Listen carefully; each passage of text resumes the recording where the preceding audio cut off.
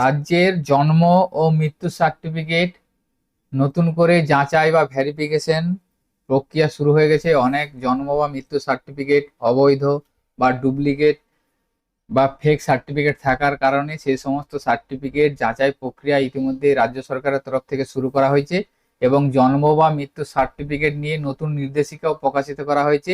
তো আজকের ভিডিওর মাধ্যমে আমি আপনাদের জানাবো যে কাদের কাদের জন্ম মৃত্যু সার্টিফিকেট বা কোন কোন সার্টিফিকেট যাচাই করা হবে এবং যাচাই করার পর যে সমস্ত অবৈধ সার্টিফিকেট ইস্যু হয়েছে সেই অবৈধ সার্টিফিকেটগুলি বাতিল করা হবে।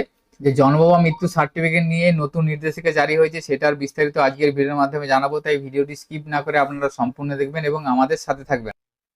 তো মাননীয় মুখ্যমন্ত্রী শুভেন্দু অধিকারী মহাশয়ের ফেসবুক পেজ থেকে আপনারা দেখতে পারবেন যে একটা নোটিফিকেশন বা সরকারি নির্দেশিকা প্রকাশিত করা হয়েছে এবং সেখানে বলা আছে জন্ম ও মৃত্যু নিবন্ধন ব্যবস্থাকে আরো স্বচ্ছ, নির্ভুল এবং নাগরিক বান্ধব করতে পশ্চিমবঙ্গ সরকার একগুচ্ছ গুরুত্বপূর্ণ প্রশাসনিক সংস্কার কার্যকর করছে। তো এই সংস্কারের ক্ষেত্রে অর্থাৎ জন্ম মৃত্যুর ক্ষেত্রে নতুন নির্দেশিকা বলা আছে প্রতিটা জেলার জেলা শাসক সংশ্লিষ্ট জেলার জেলা জন্ম ও মৃত্যু নিবন্ধক হিসাবে দায়িত্ব পালন করবেন, ফলে জেলা পর্যায়ে সমন্বয় ও তদারকি আরো শক্তিশালী হবে। অর্থাৎ প্রত্যেক জেলাতে ডিস্ট্রিক্ট রেজিস্ট্রার হিসাবে জেলা শাসককে সেই দায়িত্ব দেওয়া হবে এবং block medical officer of health অর্থাৎ BMOH গ্রামীণ হাসপাতালের সুপারিনটেন্ডেন্ট ও মেডিকেল কলেজের প্রধানরা তাদের নিজ নিজ স্বাস্থ্য প্রতিষ্ঠানের সংগঠিত জন্ম মৃত্যু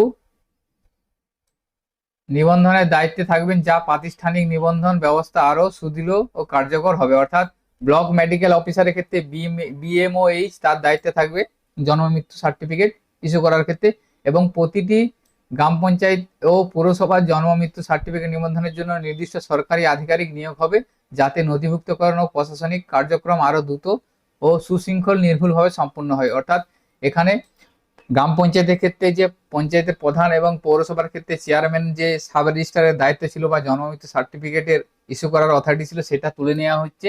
সেটা গ্রাম পঞ্চায়েত ও পৌরসভার যিনি সরকারি আধিকারিক থাকছে তাদের দায়িত্বে থাকবে, তাদের নিয়োগ করা হবে, তাদের সাব রেজিস্ট্রার বা জন্ম মৃত্যু সার্টিফিকেট ইস্যু করার দায়িত্ব তাদেরকে দেওয়া হবে। এই পদক্ষেপের ফলে পূর্বের নিবন্ধক ও নিয়োগকারী কর্তৃপক্ষ হিসাবে গ্রাম পঞ্চায়েতের প্রধান ও পৌরসভার চেয়ারম্যান আধিকারিকদের ভূমিকা অবসান ঘটানোর। অর্থাৎ এখানে বলা আছে যে আগে যেমন গ্রাম পঞ্চায়েতের প্রধান এবং পৌরসভার চেয়ারম্যানরা জন্ম ও মৃত্যু সার্টিফিকেট ইস্যু করতো, তাদের সেই ক্ষমতা বাতিল করা হচ্ছে। তো এই ধরনের একটা সরকারি নোটিফিকেশন প্রকাশিত করা আছে। এই সরকারি নোটিফিকেশন বা নির্দেশিকাটি আপনাদের যদি প্রয়োজন হয়ে থাকে আমাদের হোয়াটসঅ্যাপ বা টেলিগ্রাম গ্রুপে আমরা শেয়ার করে রাখবো। এছাড়াও আমাদের ভিডিও ডিসক্রিপশনে লিঙ্ক দিয়ে থাকবো, সেখান থেকে আপনারা সরাসরি দেখতে পারবেন। এছাড়াও আপনারা আমাদের মাননীয় মুখ্যমন্ত্রীর ফেসবুক পেজে গিয়েও আপনারা সেটা দেখে নিতে পারবেন। তো এরপরে আমি আপনাদের দেখাবো যে আপনাদের যদি জন্ম বা মৃত্যু সার্টিফিকেট ডিজিটাল থেকে থাকে তাহলে আপনারা কিভাবে ভেরিফাই করবেন। আপনারা অনলাইন পোর্টালের মাধ্যমে আপনাদের সার্টিফিকেটটি ভেরিফাই করে নিতে পারবেন যে আপনাদের সার্টিফিকেটটি বৈধ কিনা, সেটা আপনারা সরাসরি নিজেরাই চেক করে জেনে নিতে পারবেন। তো সেই জন্য আপনারা জন্ম মৃত্যু তথ্য .wb.gov.in এই পোর্টালটি ওপেন করবেন। এটি হচ্ছে জন্ম মৃত্যু সার্টিফিকেটের অফিসিয়াল ওয়েবসাইট। এই ওয়েবসাইটের লিঙ্ক আমরা আমাদের ভিডিও ডিসক্রিপশনে দিয়ে রাখবো, সেখান থেকে আপনারা সরাসরি ওপেন করতে পারবেন। ওপেন করার পর এখান থেকে নিচে দেখুন আছে ভেরিফাই সার্টিফিকেট, এই অপশনে আপনারা ক্লিক করবেন। এখানে ক্লিক করার পর এই ধরনের একটা পেজ আপনার সামনে এসে যাবে। এখান থেকে দেখুন QR কোড ভেরিফিকেশন এবং তার পাশে দেখুন সার্টিফিকেট নাম্বার ভেরিফিকেশন। তো আপনার কাছে যদি QR কোড থেকে থাকে তাহলে সরাসরি আপনি স্ক্যান করে ভেরিফিকেশন করতে পারবেন। এছাড়া আপনারা সার্টিফিকেট নাম্বার ভেরিফিকেশন এখানে যাবেন। এখানে ক্লিক করার পর আপনারা এখানে বার্থ অ্যান্ড ডেট যে সার্টিফিকেট আপনারা ভেরিফিকেশন করতে চাইছেন সেটা আপনারা এখানে সিলেক্ট করবেন। তো আমি এখানে বার্থের একটা ভেরিফাই করে দেখাচ্ছি। দেখুন বার্থ সিলেক্ট করলাম, এরপরে ইন্টার সার্টিফিকেট নাম্বার, এখানে সার্টিফিকেট নাম্বারটা লিখতে হবে। লেখার পর ডেট অফ বার্থ, বার্থের ক্ষেত্রে ডেট অফ বার্থ দিবেন এবং ডেটের ক্ষেত্রে ডেট অফ ডেট এটা দিবেন। দেওয়ার পর সাবমিট অপশনে ক্লিক করবেন।